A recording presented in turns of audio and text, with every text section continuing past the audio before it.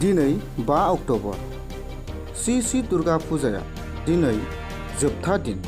बे जोबथा दिनावनो बिटिआरनि खना खनला ओनसोल दाब दाब ओनसोलाव श्री दुर्गा फुजाखौ खुंफुंनानै थाङो। थिग बेबायदिनो चिरां जिल्लानि सिङाव थानाय सान्तिपुर ओनसोलावबो 25 बोसोर जानाय सिलभार जुबलिखौ आलो गोजोनैनो खुंफुंनानै थाङो। बे आलो गोजोनै खुंफुंना थांनायनि जोबथा दिनाव आदिबासिफोरनि माखासे रंजानाय बाजानायफोरखौ जों खौरांनि गेजेरजों मोनथिनो हायो। दानिया फै खौरांनि गेजेरजों बिथांमोना मा फोरमायदों जों मोनथिनानै लानि।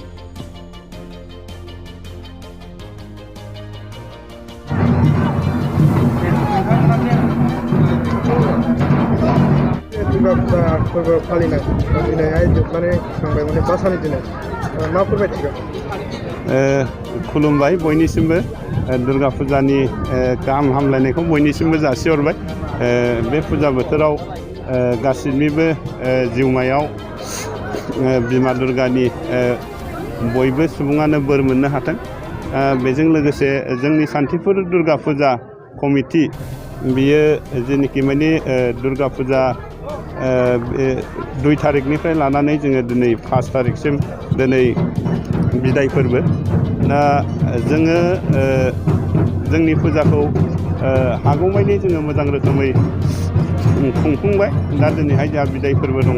दा बे बिदाय फोरबोआव आङो बेखौ फोरमायहरनो लुगैदों। दिनैहाय जोंनि जेनोखि ओनसोल बेयो गासै गोबां हारि माहारिजों बुंफबनाय। दा जोङो जयैनो बे फुजाखौ जोङो खुंफुंनाय जायो। दा बे खुंफुंनायाव जोंहा माखासे माने गोबां जेंना जेंगोना जादों।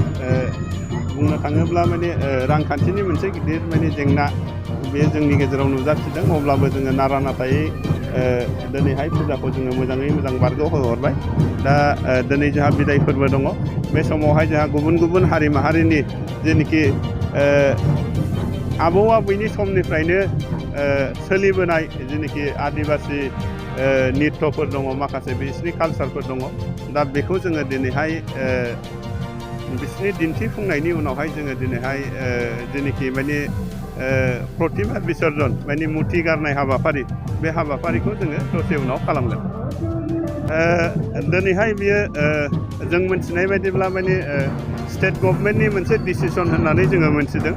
जिहेथु जोंनि चिरां जिल्लाया थांनाय बोसोरफोराव जेनोखि माने मेट्रिकनि रिजाल्ट बियो माने बयनिफ्रायबो गाहायाव थानायलाय मोनसे माने स्पेसियेल अर्डार माने चिरां जिल्लासिम होदों होननानै बुंदों। मोनसे स्टेट गभर्नमेन्टनिफ्राय माने स्पेसियेल अर्डार होदों होननानै बुंदों।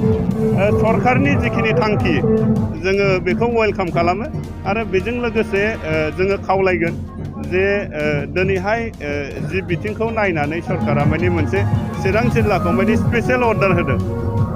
दा बे बिथिंजों माने लोब्बा थाफानाय माखासे हाबाफारिफोरखौबो माने नोजोर होनांगौ दङ।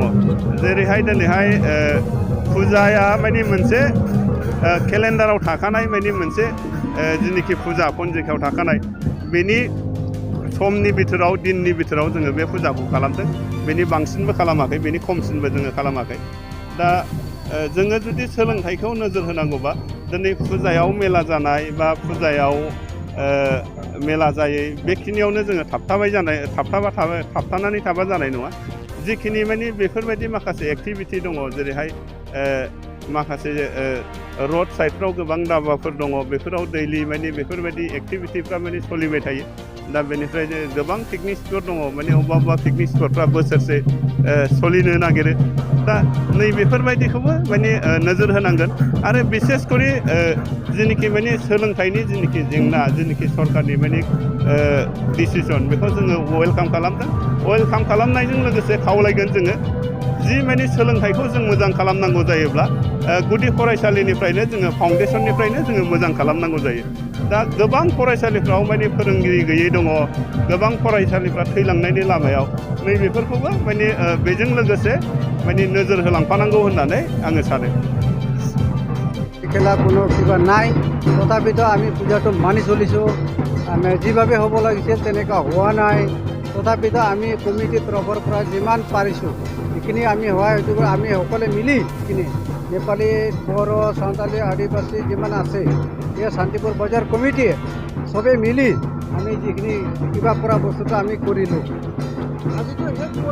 হয়, আজি শেষ হোৱাৰ পৰ্যায়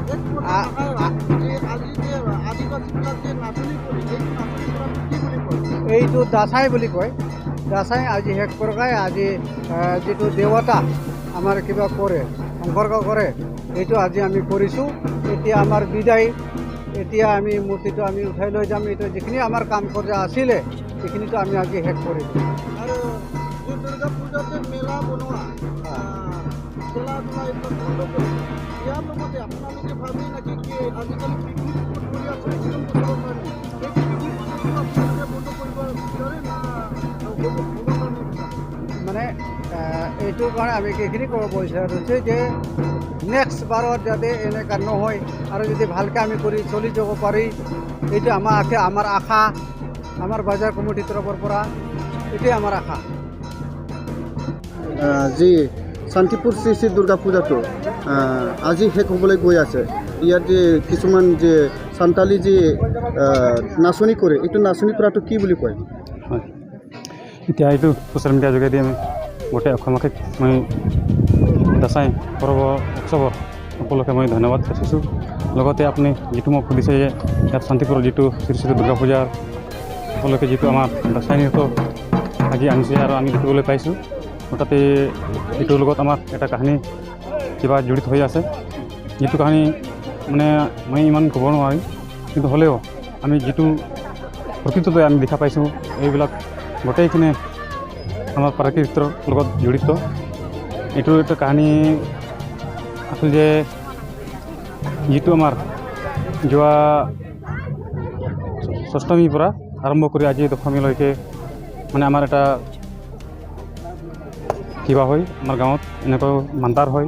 মান্তাৰ হোৱাৰ পিছত আমি এইটো দেৱতা বুলি কয়, দেৱতা ডকাই আৰু তাৰ বিনিময়তে আমি দেৱতাৰ কিবা হৈ আমি ইয়াত এই দুৰ্গা মন্দিৰৰ ওপৰত আমি প্ৰাৰ্থনা কৰিবলৈ বা ভক্তি কৰিবলৈ ইয়াত আমাৰ গাঁৱৰ গোটেই কিবা কেইটা লৈ আনি ইয়াতে।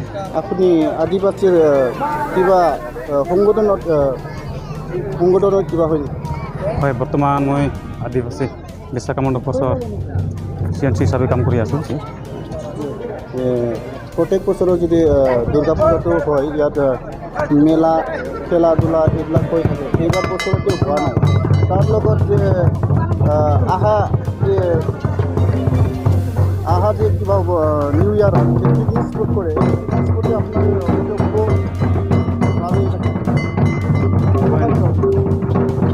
নিশ্চয় মানে মোৰ জীৱনত মই গান্ধী সংগঠন কৰি কাম কৰিছোঁ।